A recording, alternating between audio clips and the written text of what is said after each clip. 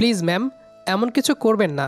আমার বাবার চিকিৎসা করার জন্য আমি ঢাকায় এসেছি চাকরি করার জন্য, আর আপনি এসব কী করছেন? যদি স্যার একটাবার দেখতে পাই তাহলে আমাকে চাকরি থেকে বের করে দেবে। আমি আমার বাবাকে চিকিৎসা করাতে পারবো না। প্লিজ আমাকে ছেড়ে দেন। চুপ, একটা কথাও বলবি না তুই আমার সঙ্গে। রেসপন্স কর, না হলে তোর তো চাকরি থাকবেই না, উল্টে তোকে এই পৃথিবী থেকে চিরতরে বিদায় করে দেব। তারপর দেখবো তুই কি করে তোর বাবার চিকিৎসা করাস। তুই যদি আমাকে ভালোভাবে এনজয় দিতে পারিস তাহলে তোর বাবার যাবতীয় চিকিৎসার টাকা আমি দেব। ম্যাম, এগুলো কি বলছেন আপনি আবল তাবল? আপনি আপনার মধ্যে নেই। প্লিজ আমাকে ছেড়ে দেন, আমাকে যেতে দেন। যদি কেউ দেখে ফেলে এখানে আমাদের দুজনকে এমন অবস্থায়, তাহলে পুরো অফিসে লঙ্কাকাণ্ড ঘটে যাবে। প্লিজ ছেড়ে দেন। চুপ, একদম চুপ। আমাকে আমার কাজ করতে দে ভালোই ভালোই, না হলে কিন্তু তোর খবর আছে। স্বাধীন মারিয়াকে তার কাছ থেকে অনেক ছাড়ানোর চেষ্টা করে, কিন্তু কোনোভাবেই ছাড়াতে পারে না। শেষমেশ স্বাধীন নিজের রাগকে আর কন্ট্রোল করতে না পেরে মারিয়ার গালে ঠাস ঠাস করে 2টা থাপ্পড় লাগিয়ে দেয়।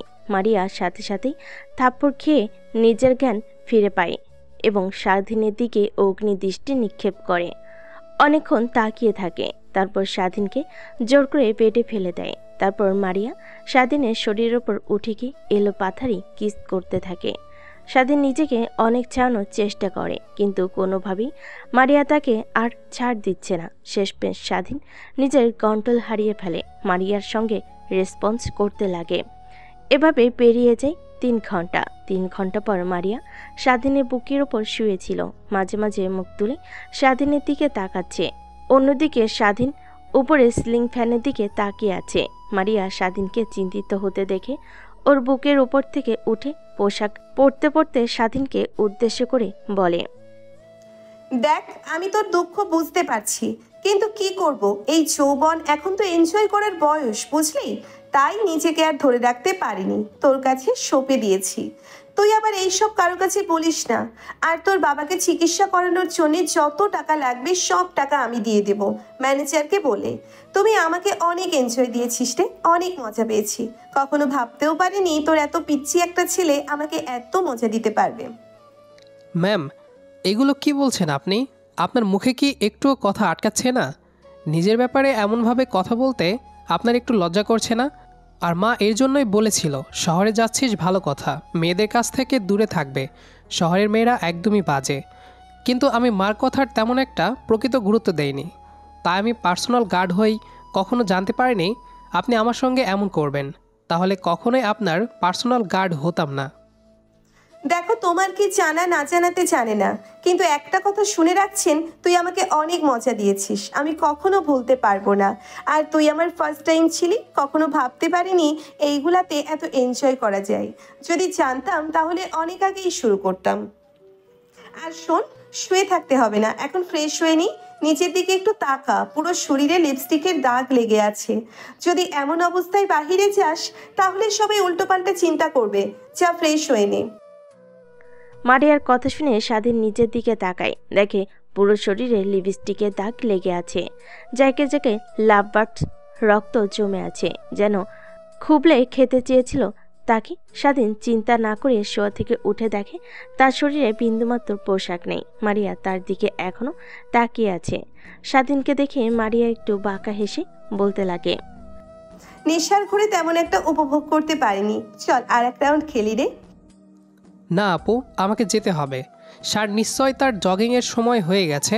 এখন যদি আমাকে খুঁজে না পাই আর আপনার কাছে এসে আমাকে পাই, তাহলে স্যার আমাকে মেরে টুকরো টুকরো করে নদীতে ভাসিয়ে দেবে। এই অল্প কিছুদিনেই আপনার বাবাকে আমার হাড়ে হাড়ে চেনা হয়ে গেছে। স্বাধীনের কথা যেন মারিয়ার কান অব্দি পৌঁছালো না, এখনও তার দিকে বাঁকা হাসি দিয়ে তাকিয়ে রয়েছে। স্বাধীন মারিয়ার অমনভাবে তাকানো দেখে অনেকটা ভয় পেয়ে রয়েছে। সে কোনো মতো প্যান্ট খুঁজতে লাগে। প্যান্ট দেখে খাটের এক কোণে পড়ে আছে। প্যান্টটা তুলতে যাবে, ঠিক তখনই মারিয়া তার কাছে এসে হাত থেকে প্যান্টটা কেড়ে নিয়ে অন্যদিকে চেঙ্গি দিয়ে ফেলে দেয়। তারপর স্বাধীনের 2 হাত শক্ত করে চেপে ধরে খাটের উপর শুয়ে পড়ে।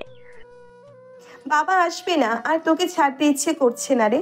এখন যদি পারতাম তোকে আমার সঙ্গে সব সময় কাছে কাছে রাখতাম আর দিনভর রোম্যান্স করতাম, কাজে যেতাম না। চল একটা কাজ করি, তোকে বিয়ে করে ফেলি, তখন তো তুই আর তালবাহানা দেখাতে পারবি না আমাকে। মারিয়ার কথা শুনে স্বাধীনের যেন মরিমরি অবস্থা। কোনোভাবে মারিয়াকে তার হাত থেকে ছাড়িয়ে খাট থেকে উঠতে যাবে, ঠিক তখনই পিছন থেকে স্বাধীনের হাত ঝাটকা দিয়ে টান দিয়ে মারিয়া তার বুকের উপর স্বাধীনকে টেনে ফেলে দেয় এবং শক্ত করে জড়িয়ে ধরে আর বলতে লাগে, এর আগে অনেক ছেলেকে হাত করেছি, কিন্তু তোর মধ্যে এক অন্যরকম ভালো লাগা কাজ করছে। তোকে ছাড়তে ইচ্ছে করছে না। তোকে জড়িয়ে ধরে যেন আমি দিনের পর দিন রইতে পারবো, হাজারটা পথ পাড়ি দিতে পারবো। মারিয়ার কথা শুনে স্বাধীন মারিয়ার দিকে প্রশ্নসূচক দৃষ্টিতে তাকায়। মারিয়া স্বাধীনের দিকে তাকিয়ে মুচকি হাসি দিয়ে তার ঠোঁটের সঙ্গে ঠোঁট লাগিয়ে চুষতে থাকে। সেভাবেই পেরিয়ে যায় 5 মিনিট। মারিয়ার হাত থেকে স্বাধীন ছাড়াবে ঘন ঘন নিঃশ্বাস ফেলতে লাগে। মারিয়ার দিকে একটু রাগী দৃষ্টিতে তাকিয়ে বলতে লাগে, আপনি মানুষ না, অন্য কিছু। আর একটু সময় কিস করলে তো আমি মরে যেতাম। কি বলছিস? সামান্য কিছু সামলাতে পারছিস না, মরে যাওয়ার কথা বলছিস? তাহলে এখন বিয়ে হবে, দিনভর আমার সঙ্গে রোম্যান্স করবি, তখন কেমন লাগবে রে? আমার সঙ্গে কেন রোম্যান্স করতে যাবেন আপনি? একটু আগে তো বললেন অনেক ছেলেকে হাক করেছেন, কিন্তু এমন ফিলিংস পাননি। আমাকে যে হাক করে ফিলিংস পাচ্ছেন, তো ওই ছেলেদের কাছে যান। আমার কাছে কেন আসছেন? আমার দেহতে কেন অযথা দাগ লাগাচ্ছেন আপনি? সাধু সাজতে হবে না রে। তুই কোনো মেয়েকে যে ভোগ করিসনি তা প্রমাণ কি ছিল? হ্যাঁ, আর শোন, সাফ সাফ একটা কথা বলি, আমি একদম ভার্জিন ছিলাম। আর যে ছেলেদের সঙ্গে বললাম না হাক করেছি, ওরা আমার ফ্রেন্ড ছিল, এর বেশি কিছু ছিল না। এখনই অন্য ছেলেদের কথা বলতেই তোর গায়ে জ্বালা করছে। দেখুন ম্যাম, আমরা গ্রামের ছেলে, তেমন কিছু বুঝি না। আমরা পিয়ন ছিলাম। আপনারা শহরের মেয়ে, আপনারা অনেক খারাপ। আগে জানলে কখনোই এমনভাবে আপনার পার্সোনাল বডিগার্ড হয়ে থাকতাম না। আর হ্যাঁ, আমি আপনাকে বিন্দুমাত্র বিশ্বাস করি না। যে মেয়ে জোর করে তার সতীত্ব অন্য ছেলের হাতে তুলে দেয়, সে মেয়ে আর কী কী করতে পারবে তার আর না বলি। আপনি একদম বাজে মেয়ে। আপনার মতো বাজে মেয়েকে কখনো আমি কেন, কোনো ছেলেই বিয়ে করবে না। আমার সঙ্গে আপনি আপনার বিয়ের কথা মাথা থেকে একদমই ঝেড়ে ফেলুন। স্বাধীনের কথা শুনে মারিয়ার গায়ে যেন 100 ডিগ্রি রাগ উঠে যায়। মারিয়া নিজের রাগ কন্ট্রোল করতে না পেরে স্বাধীনের হাতের পাশে থাকা ডিম লাইট তা দিয়ে বাড়ি দেয় স্বাধীনের হাত। স্বাধীন হাত চেপে ধরে খাটে শুয়ে পড়ে। স্বাধীনের কষ্ট পেতে দেখে মারিয়ার কেমন যেন অনুশোচনা বোধ কাজ করে নিজের মধ্যে। তোর সাহস কি করে হয় আমার সঙ্গে এমন কথা বলতে? ড্রিঙ্কস করি, বন্ধুদের সঙ্গে আড্ডা দিই, ছোটোখাটো পোশাক পরি, তার মানে এই না নিজের ইজ্জত বিলিয়ে বেড়াই। আর শোন, তুই ফার্স্ট যে ছেলে আমার গায়ে টাচ করেছে, আর এই দেখ। কথাটা বলেই মারিয়া স্বাধীনকে বিছানার চাদর দেখাতে লাগে। স্বাধীন তার হাত চেপে ধরে শুধু গোংড়াচ্ছে আর তার হাত দিয়ে রক্ত বের হচ্ছে। তারপর মারিয়ার দিকে তাকায়, দেখে চাদর চেপে ধরে তাকে ইশারা করে বলছে, এই দেখ, রক্ত লেগে আছে এখনো। তুই এতটাও ছোট না যে এসবের মানে কিছুই বুঝিস না। কথাটা বলে মারিয়া কোনো মতে নিজেকে সামলে নিয়ে ওয়াশরুমে চলে যায়। অন্যদিকে স্বাধীন তার হাত চেপে ধরে এখনো খাটের উপর শুয়ে থেকে ঘুমাচ্ছে। হাতের অনেক অংশে এখনো কাজ ঢুকে আছে। স্বাধীন নিজেকে আর দমাতে না পেরে অজ্ঞান হয়ে যায়। অন্যদিকে মারিয়া ওয়াশরুম থেকে বের হয়ে সামনের দিকে তাকিয়ে দেখে স্বাধীন এখনও সেই অবস্থায় খাটের উপর শুয়ে আছে। একটু চিন্তা হয়, স্বাধীনের কাছে এগিয়ে গিয়ে গায়ে হাত দেয়। দেখে স্বাধীনে কোনো রেসপন্স নাই। অনেকটা চমকে ওঠে, নাকের সামনে হাত দিয়ে দেখে এখনও নিঃশ্বাস ফেলছে। তারপর টেবিলের উপর থেকে পানির গ্লাস নিয়ে এসে স্বাধীনের মুখে পানি দিতে লাগে। ঠিক তখনই স্বাধীনের জ্ঞান ফিরে। হাতের ব্যথা এখনও দ্বিগুণ, তাও কোনো মতো স্বাধীন উঠে বসে মিটমিট করে সামনের দিকে তাকিয়ে দেখে মারিয়া দাঁড়িয়ে আছে, এখনও তার হাতে পানি। স্বাধীন নিজেকে সামলে নিয়ে দাঁড়াতে যাবে, ঠিক তখনই তাল সামলাতে না পেরে পড়ে যেতে যাবে। ঠিক তখনই কোনো মতে মারিয়া স্বাধীনকে জড়িয়ে ধরে তাল সামলাতে না পেরে স্বাধীনকে নিয়ে খাটের উপর পড়ে যায়। স্বাধীন চোখ বন্ধ করে ফেলে। কোনো মতে তাকিয়ে মারিয়া তার দিকে ছলছল দৃষ্টিতে তাকিয়ে আছে। স্বাধীন মারিয়াকে তার কাছ থেকে সরিয়ে দিয়ে উঠে দাঁড়িয়ে রুম থেকে বের হতে যাবে। ঠিক তখনই মারিয়া স্বাধীনকে বলে, আসো, এই অবস্থা নিয়ে বের হোস না রুমের বাইরে। যতক্ষণ রুমের মধ্যে আছিস নিয়ে চিন্তায় আছি। তুই এইখানে বস, আমি বাইরে থেকে ফার্স্ট এইড বক্স নিয়ে আসছি, তারপর তোর হাতটা ব্যান্ডেজ করে দিই। তারপর তুই না হয় ফ্রেশ হয়ে রুম থেকে বের হয়ে যাস। তোর শরীরে অনেকটা অংশ এখনো লিপস্টিক লেগে আছে। যদি নিচে চাস তাহলে বাসার সবাই অবশ্যই তোকে দেখে ফেলবে আর অনেক অনেক কথা বলবে। মারিয়ার কথা শুনে স্বাধীন দরজার কাছ থেকে সরে এসে খাটে বসে পড়ে। মারিয়া ওয়ার্ড্রপ থেকে জামা কাপড় বের করে পরিধান করে রুমের বাইরে চলে যায়। তারপর ফার্স্ট এড বক্স নিয়ে আসে রুমে স্বাধীনের কাছে। তারপর চেয়ার টেনে স্বাধীনের সামনে গিয়ে বসে। ফার্স্ট এড বক্স থেকে স্যাভলন বের করে হাতে যেখানে যেখানে কাঁচ লেগে কেটে গেছে সেখানে সেখানে পরিষ্কার করতে লাগে। তারপর সুন্দরভাবে স্বাধীনের হাত ব্যান্ডেজ করে দেয়। স্বাধীন উঠে দাঁড়াতে যাবে, ঠিক তখনই আবার বসে পড়ে। শরীর অনেক ক্লান্ত হয়, রাতভর তার উপর অত্যাচার হয় আর হাত কেটে রক্ত বের হয়, অনেকটা ক্লান্ত সে। তারপর মারিয়া কোনো মতে স্বাধীনকে ধর করে ওয়াশরুমে নিয়ে যায়। তারপর স্বাধীনের শরীর যেখানে যেখানে লিপস্টিকের দাগ ছিল সেখানে সেখানে ভালোভাবে পরিষ্কার করে দিতে লাগে। স্বাধীন অনেকটা অবাক হয়ে যায়। মারিয়ার মধ্যে এ যেন এক অন্য মেয়েকে দেখতে পাচ্ছে। যে মারিয়ার দিকে একবার নজর যেতে দেখে মারিয়ার চোখ অশ্রুতে ছলছল করছে, যেন নিমিষে বাঁধ ভেঙে সেটা বের হতে পারে। স্বাধীনকে ফ্রেশ করে রুমে এসে স্বাধীনকে কেক খাইয়ে খাটের উপর বসিয়ে দেয়। তারপর যত্ন সহকারে স্বাধীনের শার্ট পরিয়ে দেয়। তারপর মারিয়া বিছানার চাদরটা তুলে অন্য আরেকটা চাদরে পেতে দেয়। স্বাধীন এখনো থম মেরে সেখানে বসেছিল। ঠিক তখনই মারিয়া স্বাধীনের কাছে সে কপালে একটা দীর্ঘ চুম্বন করে। স্বাধীন বুঝতে পারে না মেয়েটির আবার কি হলো। একটু পর স্বাধীনকে ছেড়ে দিয়ে মারিয়া বলতে লাগে, সরি তোমার সঙ্গে তখন অমন ব্যবহার করার জন্য। আসলে সব মেয়ে তার উপর লাগানো আরোপকে অস্বীকার করতে পারে, কিন্তু তার চরিত্রে যদি কোনো আরোপ লাগে তাহলে নিজেকে আর কন্ট্রোল করতে পারে না। তাই আমিও কন্ট্রোল করতে না পেরে তোমার সঙ্গে এমন ব্যবহার করে ফেলেছি। I am extremely sorry, please তুমি আমাকে ক্ষমা করে দাও। মারিয়ার কথা তার কান অবধি পৌঁছায় না। স্বাধীন মারিয়াকে তার কাছ থেকে কোনো মতে সরিয়ে দরজা খুলে রুম থেকে বের হয়ে যায়। তার রুমে চলে যায়। স্বাধীন তার রুমে গিয়ে পোশাক পরিবর্তন করে মারিয়ার বাবার রুমের সামনে চলে আসে। দরজার কড়া নাড়তেই মারিয়ার বাবা দরজা খুলে দেয়। কি ব্যাপার স্বাধীন, তোমার আজ ঘুম থেকে উঠা বুঝি লেট হয়ে গেছে? প্রত্যেকদিন তুমি এসে আমাকে ঘুম থেকে তুলে দাও, তারপরে তুমি নামাজ পড়ে আমাকে নিয়ে জগিং করতে যাও, কিন্তু আজ এত লেট হলো যে? কি হয়েছে তোমার? ঠিক তখনই মারিয়ার বাবার নজর দেয় স্বাধীনের হাতের দিকে। স্বাধীনের হাতটা তার দিকে এগিয়ে নিয়ে এসে স্বাধীনকে উদ্দেশ্য করে মারিয়ার বাবা বলতে লাগে, কি হয়েছে তোমার হাতে ব্যান্ডেজ করা কেন?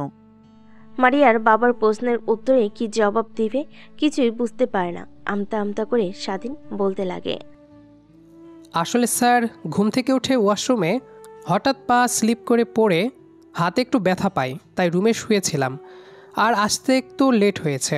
সরি লেট করার জন্য। ইটস ওকে বাবা, তুমি রুমের মধ্যে আসো। তারপর স্বাধীন রুমের মধ্যে প্রবেশ করে মারিয়ার বাবা জগিংয়ের পোশাক পরে নেয়। স্বাধীন হাতে একটা ফ্ল্যাক্সের পানির বোতল নিয়ে বের হয় রাস্তা দিয়ে। মারিয়ার বাবা জগিং করছে, স্বাধীন তার পিছু পিছু হাঁটছে। যখন পানি লাগছে তখন মারিয়ার বাবার দিকে পানি এগিয়ে দিচ্ছে। স্বাধীন মারিয়ার বাবার পিছু পিছু হাঁটতে হাঁটতে হঠাৎ অজ্ঞান হয়ে মাটিতে পড়ে যায়। মারিয়ার বাবা স্বাধীনের নাম ধরে ডাকে, কিন্তু তার কোনো রেসপন্স পায় না। পেছনে ফিরে তাকিয়ে দেখে স্বাধীন মাটিতে পড়ে আছে। তখনই ডাকাডাকি করে মুখে পানি ছিটা দেয়, কিন্তু তার জ্ঞান ফিরে না। শেষমেশ অ্যাম্বুলেন্সে ফোন করে স্বাধীনকে নিয়ে হসপিটালে চলে যায়। হসপিটালে নিয়ে গিয়ে ভর্তি করিয়ে দেয়। ডাক্তার, ছেলেটার কি হয়েছে? হঠাৎ আমার সঙ্গে হাঁটতে হাঁটতে জ্ঞান হারিয়ে মাটিতে পড়ে গেল, আর পানি সেটে দেওয়ার পরও ওর জ্ঞান ফিরে আসলো না যে? কোনো কি ডেঞ্জারাস কিছু হয়েছে ডাক্তার?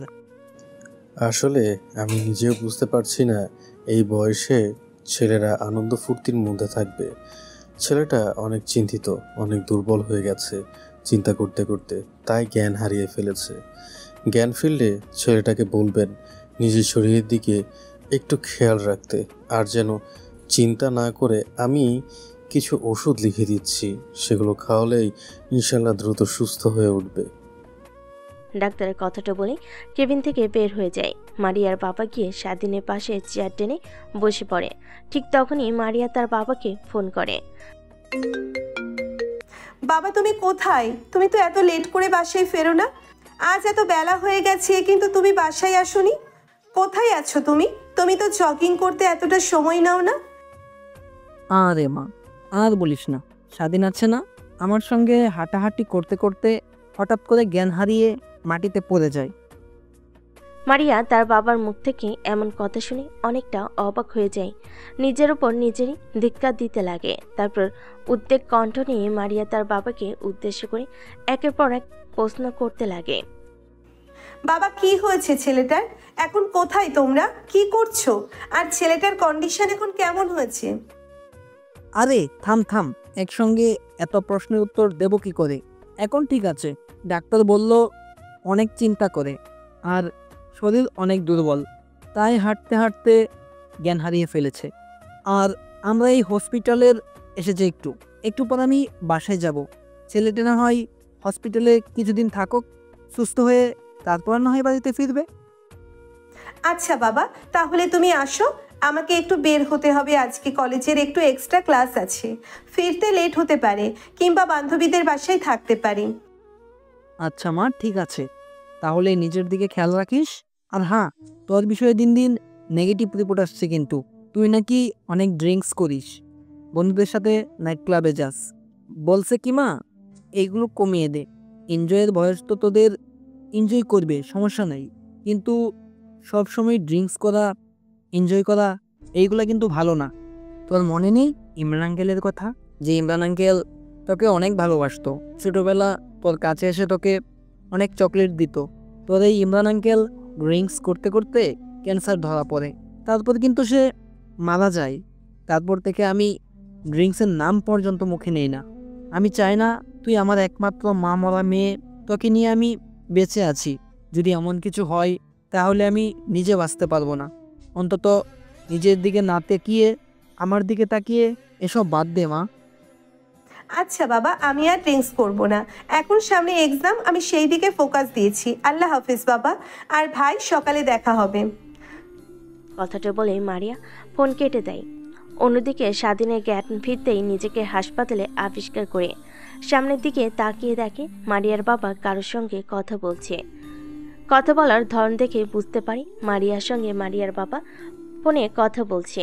ফোন রেখে দিয়ে স্বাধীনের দিকে তাকিয়ে দেখে স্বাধীন তার দিকে তাকিয়ে আছে। তুমি এতটুকু ছেলে হয়ে কি এমন চিন্তা করো? চাকরি নেওয়ার সময় তো আমার কাছে এসে অনেক পুনর্বিনয় করেছো চাকরি নেওয়ার জন্য। বাবা, তুমি আমাকে তোমার বাবা মনে করে সব কথা খুলে বলতে পারো। কি হয়েছে?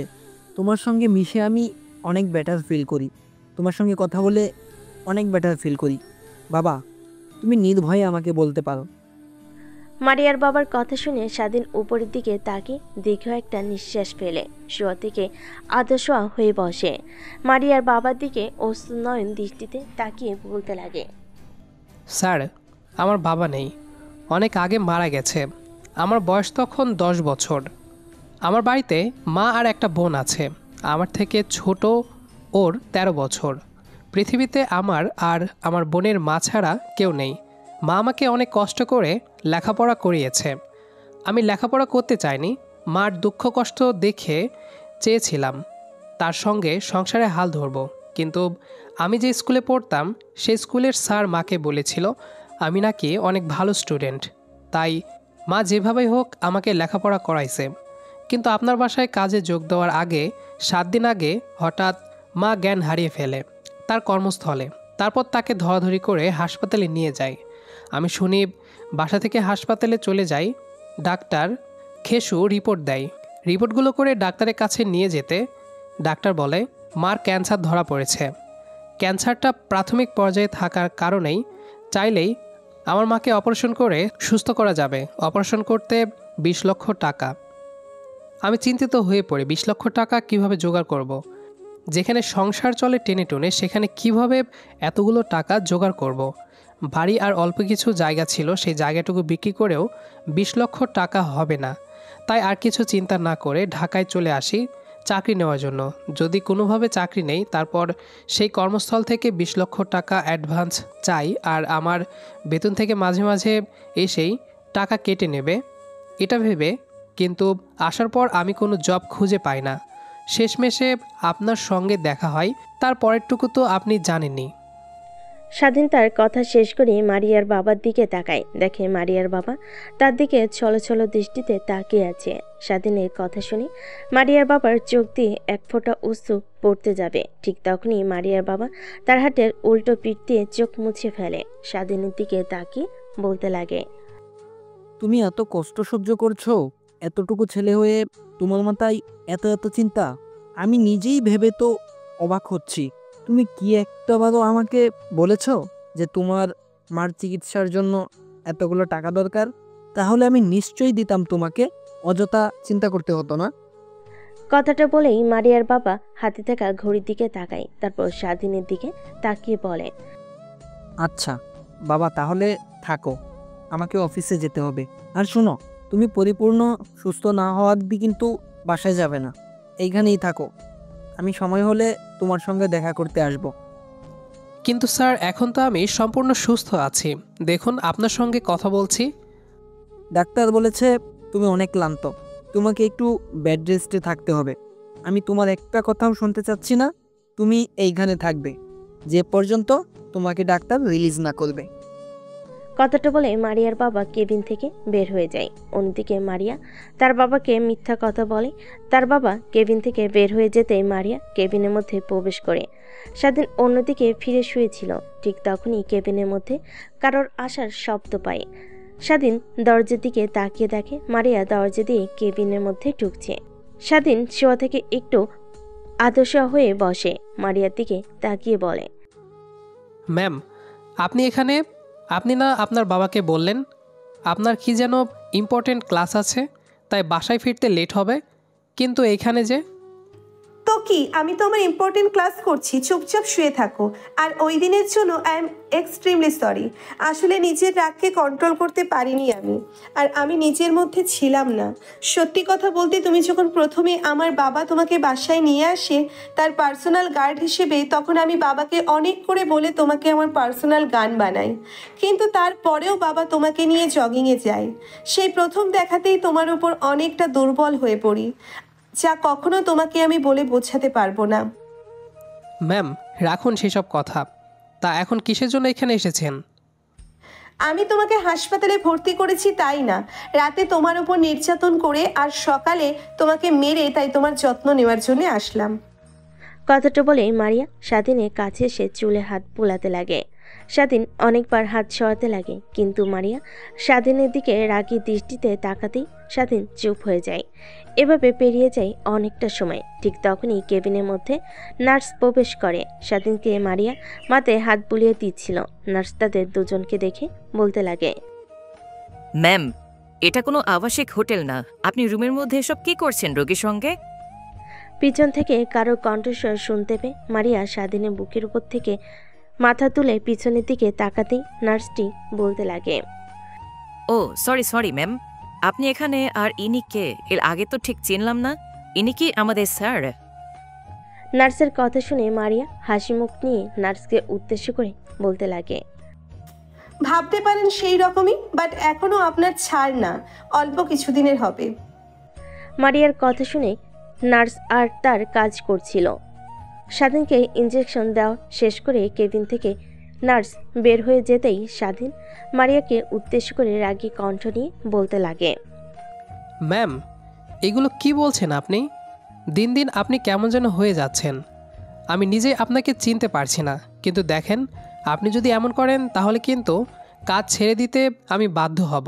কারণ আমি কখনোই এমন কিছু চাইবো না যার জন্য আমাকে আপনার বাবা ভুল বুঝুক। আমি আপনার বাবার হাত জোড়াজোড়ি করে চাকরি নিয়েছিলাম। আমি তার কথার খেলাপি করতে পারবো না, তার সঙ্গে বিশ্বাসঘাতকতা করতে পারবো না। আমার বাবা মা আমাকে তার শিক্ষা দেয়নি।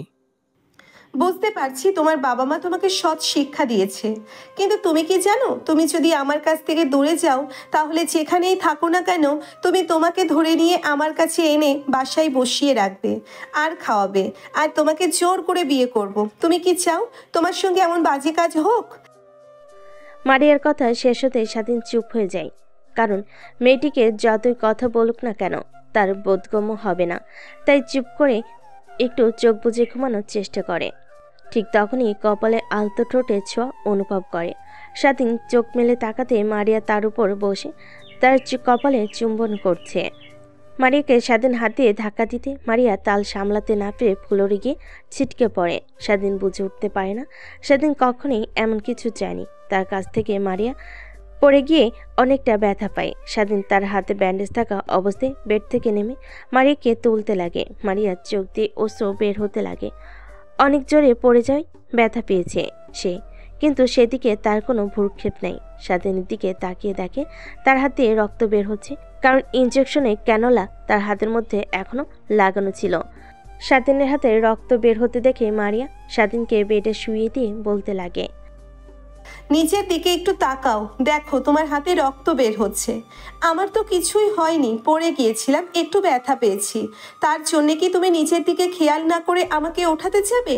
তার মানে কি জানো, তুমি আমাকে ভালোবাসো, কারণ আমার একটু ব্যথা পাওয়াতে তুমি যদি এমন রিয়্যাক্ট করতে পারো তাহলে আমি মনে করি আমার জন্য তোমার মনে বিন্দুমাত্র হলেও ফিলিংস আছে। ও ভাবছেন আপনি ম্যাম, কখনো না আপনার জন্য আমার মনে কখনো কাজ করতে পারে না, কারণ আপনার মতো মেয়েকে আমি কখনোই আমার বউ হিসেবে মেনে নেব না। কথাটা আমি কত করে বলবো, এখন জানতো আমার চোখের সামনে থেকে, আমাকে একটু একা থাকতে দিন। না না, তা তো হচ্ছে না, আমি এখানেই থাকবো আর তোমাকে রোমান্টিক অত্যাচার করব আর তোমার শরীরের যত্ন নেব। আমি বাবাকে তো বলেছি যে আজকে বাসায় ফিরবো না। তার মানে কি আজকে আমার সঙ্গে রাতে এইখানে থাকবে? স্বাধীনের কথা শুনে মারিয়া একটু বাঁকা হেসে মাথা দিয়ে হ্যাঁ বোঝায়। ম্যাম, আপনি কি পাগল হয়ে গেছেন নাকি? আপনার ভাবসাব আমার ভালো লাগছে না। আপনি এখানে থাকবেন মানে? আপনি চলে যান, যদি কেউ দেখতে পায় তাহলে অনেক খারাপ হয়ে যাবে। আর স্যার তো বলেছে সে যে কোনো সময় আমাকে দেখতে আসতে পারে। যদি এসে দেখে আপনি আমার কেবিনে বসে আছেন তখন কি রিয়্যাক্ট করবে স্যার, বুঝতে পারছেন? সবাই যা করে তাই করবে, তার মেয়ে আর মেয়ের জামাই একই কেবিনে আছে। দেখো, ভালো আপনার সঙ্গে কথা বলে পেরে উঠবে না। কথাটা বলে স্বাধীন অন্য পাশ ফিরে জানালা দিয়ে বাহিরের দিকে তাকিয়ে আছে। বুঝে উঠতে পারে না সময়টা কত হয়েছে। হাতে ফোনটা নিয়ে দেখে তার মায়ের অনেকগুলো মিসড কল। স্বাধীন অবাক হয়ে যায়। অবাক হয়ে স্বাধীন মায়ের কাছে ফোন করতে যাবে, ঠিক তখনই তার মা ফোন করে। স্বাধীন ফোন রিসিভ করে কানে পাশে ধরতেই ওই পাশ থেকে তার মা বলতে লাগে, কি রে বাবা, তোকে সেই কখন থেকে ফোন করছি কিন্তু তোর কোনো সাড়া শব্দ পাচ্ছি না। ফোনটা একবার রিসিভ করছিস না, কি হয়েছে তোর? জানিস তোকে নিয়ে একটা খারাপ স্বপ্ন দেখেছি আমি, তাই তোকে নিয়ে অনেক চিন্তা হচ্ছে রে বাপ। তুই বাসায় চলে আয়, তোর বাবার রেখে যাওয়া জমি তুই কাজ করে খা, আমাকে তো চিকিৎসা করাতে হবে না। আল্লাহ যতদিন হায়াত দিয়েছে ততদিনই এই পৃথিবীতে বেঁচে থাকবো, তার একদিনও বেশিও না কিংবা একদিন কমও পৃথিবীতে থাকবো না রে। ফোন করে শুধু এই কথাটাই বলবো, আসলে কাজে অনেক চাপ তো তাই ফোন হাতে নিয়ে দেখিনি। আচ্ছা, তোমার এখন শৈলের কী অবস্থা? আর বোনের কি খবর? ও ঠিকমতো স্কুলে যাওয়া আসা করে তো? হ্যাঁ যাই তো, তোর সঙ্গে কথা বলার জন্য পাগল হয়ে গেছে, কিন্তু তুই তো তখন ফোন ধরলি না, স্কুলে গেছে। সেটা তোকে ফোন করব, তখন না হয় তুই ফোন রিসিভ করিস। আচ্ছা মা। তারপর স্বাধীন তার মায়ের সঙ্গে কথা বলতে লাগে। অন্যদিকে মারিয়া পাশে চেয়ার নিয়ে বসে স্বাধীন ও তার মায়ের কথোপকথনগুলো শুনছিল আর মুচকি মুচকি হাসছিল। আসলে মারিয়া মা অনেক আগেই মারা গিয়েছে, তার জন্মে 2 বছর পর। গল্পের অনেকটা দূরে তো চলে আসলাম।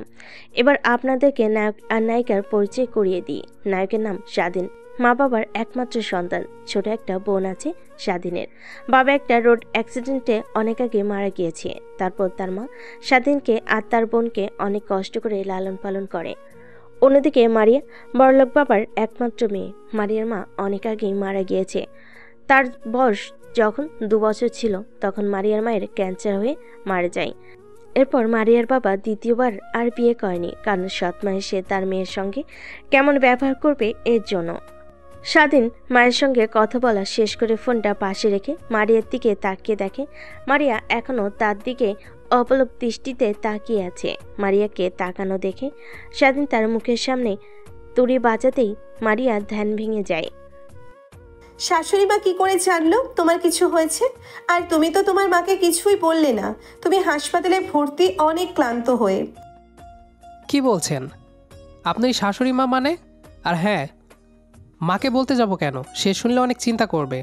আমাকে নিয়ে অযথা তাকে চিন্তায় ফেলতে যাব কেন? আর হ্যাঁ, আপনি নেক্সট টাইম থেকে আমার মাকে শাশুড়ি মা বলবেন না। একবার বলবো, 1000বার বলবো, শতবার বলবো। আপনি কি করবেন আমার মুখ দিয়ে আমি বলবো, আপনি বলার কে? স্বাধীন জানে এখন মারিয়াকে যতভাবে বোঝানোর চেষ্টা করুক না কেন, কিন্তু কোনোভাবেই বুঝবে না। তাই স্বাধীন মাথার নিচ দিয়ে অন্য হাত তার চোখের উপর রেখে একটু ঘুমানোর চেষ্টা করে। ঘুমানোর চেষ্টা করতে স্বাধীন ঘুমের জগতে পা দেয়। অন্যদিকে তার দিকে তিক্ত দৃষ্টিতে তাকিয়ে আছে। এভাবে পেরিয়ে যায় অনেকটা সময়। স্বাধীন ঘুম থেকে উঠে আজানের ধ্বনিতে চারিদিকে তাকিয়ে দেখে সন্ধ্যা নেমে এসেছে। বুঝতে পারে এটা মাগরিবের আজান দিয়েছে। স্বাধীন শোয়া থেকে উঠে বসতে যাবে, ঠিক তখনই বুকের উপর ভারী অনুভব করে। বুকের দিকে তাকিয়ে দেখে তার বুকের উপর কেউ একজন শুয়ে আছে। চুলগুলো সরিয়ে দেখে মারিয়া শুয়ে আছে। ঘুমন্ত চেহারায় যেন এক অন্যরকম ভালো লাগা কাজ করে স্বাধীনের মধ্যে। কে বলবে এ মেয়েটা ঘুমের রাজ্য থেকে ফিরে এলে রাগী বদমেজাজি একটা মেয়ে হয়ে যায়। কথাগুলো ভাবতে ভাবতে স্বাধীন মারিয়ার দিকে তাকিয়েছিল। ঠিক তখনই মারিয়ার ঘুম ভেঙে যায়। স্বাধীন কি করবে বুঝে উঠতে পারে না, তাই পুনরায় বিছানায় শুয়ে পড়ে যেন মারিয়া বুঝতে না পারে। একটু পরে মারিয়ার ঘুম ভেঙে গেলে স্বাধীনের দিকে কিছুক্ষণ তাকিয়ে থাকে। তারপর তার কপালে আলতো করে একটা চুমু দিয়ে শোয়া থেকে উঠে বসে। তারপর কেবিন থেকে কোথায় যেন চলে যায় মারিয়া। কেবিন থেকে চলে যেতে স্বাধীন হাঁপ ছেড়ে বাঁচে। হয়তো মেয়েটা চলে গেছে বাসায়, এমন সব ভাবতে লাগে। ভাবতে ভাবতে ফোনটা হাতে নিয়ে তার মার কাছে ফোন করে। তার ছোট বোনের সঙ্গে কথা বলতে লাগে। কথা বলছিল, ঠিক তখনই খট করে দরজা খোলার শব্দ পায়। দরজার দিকে তাকিয়ে দেখে মারিয়া তার হাতে অনেকগুলো খাবারের বক্স নিয়ে কেবিনের মধ্যে প্রবেশ করছে। স্বাধীন তার মায়ের সঙ্গে সংক্ষিপ্ত কিছু কথা বলে ফোন রেখে দিয়ে মারিয়ার দিকে তাকিয়ে বলতে লাগে, আপনি বাসায় যাননি এখনো? এইখানে যে আমি তো ভেবেছি আপনি বাসায় চলে গেছেন। তোমাকে হসপিটালে এরকম ভাবে রেখে আমি কি করে বাসায় থাকতে পারি বলো? তাই যাইনি। আর কিছুই তো খাওনি তুমি। এদিকে আসো, তোমাকে খাইয়ে দিচ্ছি। আমার ক্ষুধা লাগেনি, আপনি খান। বললেই হলো ক্ষুধা লাগেনি মানে? সেই কখন থেকে না খেয়ে রয়েছো, নিশ্চয়ই তোমার অনেক ক্ষুধা লেগেছে। মুখে মুখে বলছো না। এদিকে আসো, তোমাকে আমি খাইয়ে দিচ্ছি। আচ্ছা ম্যাম, আপনাকে খাইয়ে দিতে হবে না আমাকে। দিন, আমি নিজের হাতে খেতে পারবো। মহান আল্লাহ তাআলা আমাকে হাত দিয়েছেন, আমি কেন পরনারীর হাত দিয়ে খাবার খাবো? পরনারী মানে? কিছুদিন পর তোমাকে বিয়ে করব। আর হ্যাঁ, আমি বলেছি খাইয়ে দেবো তো খাবে। আমার মুখে মুখে তুমি দিন দিন অনেক কথা বলছো, যা আমার একদমই পছন্দ না। কিন্তু স্বাধীন মারিয়ার মুখের উপর আর কোনো কথা বলে না। না বলে মারিয়া আর কথা অনুযায়ী খাবার খেতে লাগে। মারিয়া স্বাধীনকে খাবার খাইয়ে দিয়ে পানি খাইয়ে দেয়। তারপর পুনরায় তার সামনে চেয়ার নিয়ে বসে ফেসবুক স্ক্রলিং করে। অন্যদিকে স্বাধীনের কপালে চিন্তার ভাঁজ পড়ে যায় আর মনে মনে ভাবতে লাগে, এইখানে বুঝি আমার আর চাকরি করা হচ্ছে না ম্যাম। দিন দিন আমার সঙ্গে যেরকম আচরণ করা শুরু করেছে, যদি স্যার কোনোভাবে টের পেয়ে যায় তাহলে আমাকে চাকরি থেকে বের করে দেবে। আমি আমার মার চিকিৎসা করতে পারবো না। জানি না ম্যাম এরকম করছেন কেন, আগে তো এরকম ছিল না। হঠাৎ করে কি হলো তার?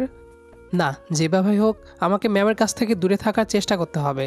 যদি না পারি তাহলে সব ইচ্ছাই তার কাছ থেকে দূরে চলে যাব, যেন আমাকে আর সে কখনোই খুঁজে না পায়। এতটা দূরে চলে যাব। ঠিক তখনই মারিয়া দিকে একটু বাঁকা চোখ নিয়ে তাকিয়ে স্বাধীন আনমনে ভাবতে লাগে, কি মায়াবী চেহারা। তার দিকে একবার কেউ যদি তাকায় তাহলে দৃষ্টি সরাতে পারবে না। কিন্তু সে আমার মধ্যে কি এমন খুঁজে পেয়েছে যে আমার ওপর উঠে পড়ে গেছে? নাকি সবগুলো তার ভোগ বিলাসিতার জন্য সে আমার সঙ্গে হাতে এসব করে অনেক মজা পেয়েছে, তাই আমাকে তার কাছে যাচ্ছে? ছি ছি স্বাধীন, তুই এগুলো কি ভাবছিস? আনমনে কথাগুলো বলছিল আর নিজেকে নিজেই বোঝাচ্ছিল। ঠিক তখনই মারিয়ার ফোন সাইডে রেখে কেবিনে বসে স্বাধীনের মাথা তার কোলের উপর রেখে মাথায় হাত বোলাতে লাগে। জানি না রে, পিছে তোর মধ্যে কি এমন লুকিয়ে আছে যে তোর প্রতি আমাকে এতটা দুর্বল করে ফেলেছে। বিশ্বাস কর, তোকে ছাড়া এক মুহূর্তও আমার আর থাকতে ভালো লাগে না। তুই বাসা থেকে বের হলে আমার যেন দম বন্ধ হয়ে যায়। কখন তোর সঙ্গে দেখা করব এই 2 মাসে বুঝে গিয়েছিলে তোকে ছাড়া আমি একদমই অচল। তোকে যে করেই হোক আমার লাইফে আমার আগামী পথ চলার জন্যে লাগবে। তুই কি হবি আমার আগামী পথ চলার সঙ্গী? দেখুন ম্যাম, আপনি অনেক সুন্দর, আপনি বেটার কাউকে ডিজার্ভ করেন, আমাকে না। আমি সামান্য একটা ছেলে, মাসে কয় টাকা উপার্জন করি বলেন? আপনি কখনোই আমার কাছে সুখে থাকতে পারবেন না। আপনি বড়লোক বাবার একমাত্র মেয়ে, যার কি না প্রত্যেক দিন সে টাকা খরচ করে, আমি তা 1 মাসে উপার্জন করি। আপনি কখনোই আমার কাছে সুখে থাকতে পারবেন না ম্যাম। আগে থেকে বেটার হবে আপনি অন্য কাউকে আপনার জীবন সঙ্গী হিসেবে চয়েস করেন, আমাকে না। স্বাধীনের কথা শেষ হতেই মারিয়া এসে স্বাধীনের মুখে এলোপাতাড়ি কিস করতে লাগে। স্বাধীন থম মেরে মারিয়ার প্রত্যেকটা কিস অনুভব করতে লাগে। একটু পর মারিয়া স্বাধীনকে ছেড়ে দিয়ে বলতে লাগে, শোনো, তোমাকে এইখানে কিস করার বিন্দুমাত্র ইচ্ছে আমার ছিল না, কিন্তু তুমি নিজেই তা করে নিলে। হ্যাঁ, আর একটা কথা, তুমি যদি আর কখনো আমাকে ম্যাম বলে ডাকো বা আপনি করে ডাকো তাহলে তোমার খবর আছে। এখন থেকে তুমি করে আর আমার নাম ধরে কিংবা জান সোনা এসব বলে ডাকবে। দেখুন, আপনি আমার মালকিন, তো আপনাকে ম্যাম বলে ডাকবো, এটাই তো বাস্তব। আমি কখনো আপনাকে নাম ধরে কিংবা তুমি করে ডাকতে পারবো না। স্বাধীনের কথা শেষ হতে মারিয়া স্বাধীনকে আবার কিস করতে লাগে। প্রায় 5 মিনিট পর স্বাধীনকে ছেড়ে দেয়। স্বাধীন হাঁপাতে লাগে। মারিয়া মুচকি একটু বাঁকা হেসে স্বাধীনকে উদ্দেশ্য করে বলে, এখনো কি তুই তোর আগের সিদ্ধান্তই অটুট থাকবি, নাকি আমাকে কিংবা আপনি করে বলি এই রোমান্টিক অত্যাচার সহ্য করবি? কোনটা বাকিটা তোর ইচ্ছে? স্বাধীন ভালো করে জানে তার সঙ্গে যত কথাই বাড়াবে তত তার জন্য খারাপ। তাই মারিয়ার কোল থেকে মাথা সরিয়ে বালিশের উপর রাখতে যাবে। শক্ত করে মারিয়া স্বাধীনের মাথা তার পায়ের উপর রেখে বলতে লাগে, এত ঢং দেখাতে হবে না, চুপচাপ শুয়ে থাক। স্বাধীন মারিয়ার পায়ের উপর থেকে মাথা না সরিয়ে সেভাবেই শুয়ে থাকতে লাগে। মারিয়া তার মনের আনন্দে স্বাধীনের মাথায় হাত বোলাতে লাগে আর গুনগুন করে গান গাইতে লাগে। স্বাধীনের অনেকটা ভালো লাগে এই মনোমুগ্ধকর পরিবেশটা। এভাবে পেরিয়ে যায় পুরো দিনটা। স্বাধীনের কাছ থেকে একটু পরে মারিয়া বিকালের দিকে স্বাধীনের কাছ থেকে মারিয়া একটু সরে আসে। বিকালের দিকে ডাক্তার চেক আপ করতে কেবিনের মধ্যে আসে। ঠিক তখনই স্বাধীনের চোখে কিছু একটা পড়ে। মারিয়া স্বাধীনের চোখ থেকে সরাতে নিলে দুজনের চোখাচোখি হয়। সময়ের আপসিকতায় মারিয়া স্বাধীনকে কিস করে দেয়। ঠিক তখনই পিছন থেকে ডাক্তার সব দেখে মারিয়াকে বলতে লাগে, মারিয়া মা, তুমি এখানে? আর তোমার বাবা যে বললো ওটা তোমাদের কাজের ছেলে, তাহলে এসব কি মা? আমি যা ভাবছি তাহলে কি সত্যি? ডাক্তারের কথা শুনে মারিয়া ভ্যাবাচাকে খেয়ে যায়। নিজেকে সামলে নিয়ে মারিয়া ডাক্তারকে বলতে লাগে, না মানে আসলে আঙ্কেল, ওর চোখে কিছু একটা পড়েছিল, বের করে দিলাম, এর থেকে বেশি কিছু না। ও আচ্ছা, তা মা তুমি বাসায় যাবে না? তোমাকে তো সেই সকাল থেকে দেখছি কেবিনের মধ্যে ছেলেটার সঙ্গে বসে কথা বলছো। সত্যি কথা বলতে আঙ্কেলের অবস্থা এরকম আমার কারণে হয়েছে, কারণ আমি কালকে রাতে ছেলেটাকে অনেক মারধর করেছিলাম। দেখছেন না হাতে ব্যান্ডেজ করা, তাই একটু যত্ন নিলাম। তারপর ডাক্তার মারিয়ার সঙ্গে আরও কিছু কথা বলে কেবিন থেকে বেরিয়ে যায়। আসলে স্বাধীনকে যে হাসপাতালে ভর্তি করা হয়েছে সেটা মারিয়াদের হাসপাতাল। এখানে গরিব দুঃখীদের বিনামূল্যে চিকিৎসা দেয় মারিয়ার বাবা। আসলে মারিয়ার বাবা অনেক দয়াশীল ব্যক্তি যে এভাবে পেরিয়ে যায় দিনটা। রাতের বেলা স্বাধীন ঘুমিয়ে পড়ে। তাকে ঘুমের ইঞ্জেকশন দেওয়ার কারণে মারিয়া স্বাধীনের বুকের উপর ঘুমিয়ে পড়ে। সকালবেলা মারিয়ার বাবা জগিং করতে করতে হাসপাতালে চলে আসে স্বাধীনকে দেখার জন্য। কেবিনের মধ্যে প্রবেশ করে স্বাধীনকে আর মারিয়াকে তেমনভাবে দেখতে পেয়ে তার যেন মাথায় আকাশ ভেঙে পড়ে। নিজেকে সামলে নিয়ে কোনো রকমভাবে কেবিন থেকে বের হয়ে যায়। তারপর বাসার উদ্দেশ্যে রওনা দিবে। ঠিক তখনই ডাক্তার পিছন থেকে এসে বলতে লাগে, তোর মেয়ের আচরণ ভাব খুব একটা ভালো দেখলাম না রে। ছেলেটার সঙ্গে অনেকটা ঘনিষ্ঠ সম্পর্ক পার করতেছে দেখতেছি। আমি আবার সেই তুই বের হওয়ার পর থেকেই কেবিনে এসে ছেলেটাকে যত্ন নিচ্ছে। ওদের মধ্যে কিছু একটা আছে। আমি বলি কি, তুই তো মেয়েকে কাছ থেকে দূরে নিয়ে যা। মারিয়ার বাবা আর কোনো চিন্তা না করে হাসপাতাল থেকে বের হয়ে যায়। বাসায় যেতে তার মাথা ফেটে যাওয়ার অবস্থা। সোফায় বসে চা খাচ্ছে আর টিভির দিকে তাকিয়ে আছে, কিন্তু তার খেয়াল টিভিতে নেই, অন্যদিকে রয়েছে। অন্যদিকে স্বাধীন ঘুম ভাগতেই বুকের উপর ভার অনুভব করে বুকের দিকে তাকিয়ে দেখে মারিয়া ঘুমিয়ে আছে। স্বাধীন নিজের অজান্তে মারিয়ার মাথায় হাত বোলাতে লাগে। মারিয়ার ঘুম ভেঙে যায় মাথায় কারণ স্পর্শে পেয়ে মিটিমিটি করে তাকিয়ে দেখে স্বাধীন তার দিকে তাকিয়ে মাথায় হাত বুলিয়ে দিচ্ছে। মারিয়ার অনেকটা ভালো লাগে। মারিয়াকে নড়াচড়া করতে দেখে স্বাধীন তার মাথার উপর থেকে হাত সরিয়ে দেয়। ঘুমানোর ভান ধরতে লাগে। মারিয়া স্বাধীনের দিকে তাকিয়ে মুচকে এসে নিজেকে একটু কন্ট্রোল করে স্বাধীন মাথায় হাত বুলাতে বুলাতে ছোট্ট করে কপালে একটা কিস করে কেবিন থেকে বেরিয়ে যায় মারিয়া। কেবিন থেকে বের হয়ে যেতে দেখে স্বাধীন স্বস্তির একটা নিঃশ্বাস ফেলে। অন্যদিকে ইমরান খান এখনো সোফায় বসে একের পর এক চা খেতে লাগে আর টিভির দিকে তাকিয়ে আনমনে চিন্তা করছিল। ঠিক তখনই কলিং বেল বেজে ওঠে। দরজার দিকে তাকাতে দেখে তার মেয়ে আসছে। তখনই বলতে লাগে তার মেয়েকে উদ্দেশ্য করে, কি মা, তুই কইছিলি রাতে, সকালে বের হয়েছিলি, দিন পর তোর কোনো খোঁজ খবর নেই। ফোনে কল করলাম, তোর ফোন অফ। কি হয়েছে তোর, কোথায় ছিলি? মারিয়া তার বাবার দিকে তাকিয়ে একটা হাসি দিয়ে বলতে লাগে, কই আর থাকবো, দিন পর কলেজে ছিলাম, ফোনে চার্জ ছিল না। তোমাকে ফোন করে কথা বলবো, আর রাতের বেলা একটা বান্ধবীর বাসায় ছিলাম, বাসায় আসিনি। মারিয়াকে তার বাবা কোনো কিছু বুঝতে না দিয়ে মুচকি একটা কৃত্রিম হাসি দিয়ে বলতে লাগে, আচ্ছা মা, তুমি তাহলে তোমার রুমে যাও, ফ্রেশ হয়ে খাবার দাবার করে নাও, আমি অফিসে যাচ্ছি। মারিয়া তার বাবার কথা শুনে তার রুমে চলে যায়। ফ্রেশ হয়ে অন্যদিকে মারিয়ার বাবা অমন অবস্থায় বাড়ি থেকে বের হয়ে হসপিটালে চলে যায়। তারপর সোজা স্বাধীনে কেবিনে চলে যায়। স্বাধীন চোখ বুজে থেকে ঘুমানোর চেষ্টা করছিল। ঠিক তখনই কেউ রুমে আসার শব্দ শুনতে পায়। দরজার দিকে তাকিয়ে দেখে মারিয়ার বাবা। স্বাধীন শোয়া থেকে উঠে বসে মারিয়ার বাবাকে উদ্দেশ্য করে বলতে লাগে, আঙ্কেল, আপনি অযথা আসতে গেলেন কেন? আর এখন তো আপনার অফিসের সময়, এইখানে যে। স্বাধীনকে কোনো রাগ না দেখিয়ে হাসি মাখা মুখ নিয়ে স্বাধীনের দিকে তাকিয়ে বলতে লাগে, শোনো বাবা, তুমি তোমার দিকে তাকাও, আর একটাবার আমার মেয়ের দিকে তাকাও। দেখো কতটা ডিফারেন্স তোমাদের দুজনের মধ্যে। আমি সকালে এসেছিলাম তোমাকে দেখার জন্য, কিন্তু তোমাকে আর মারিয়াকে এমন অবস্থায় দেখে আমি অনেকটা ভেঙে পড়ি। তোমার কাছ থেকে কখনো এমনটা আশা করিনি। আমি সেসব কথা না হয় না বলি, যা হবার তো হয়ে গেছে। তোমার মার চিকিৎসা করার জন্য কত টাকা লাগবে? 20 লক্ষ টাকা, তাই না? আমি তোমাকে 20 লক্ষ টাকা দিচ্ছি, সঙ্গে আরও 10 লক্ষ টাকা দিচ্ছি।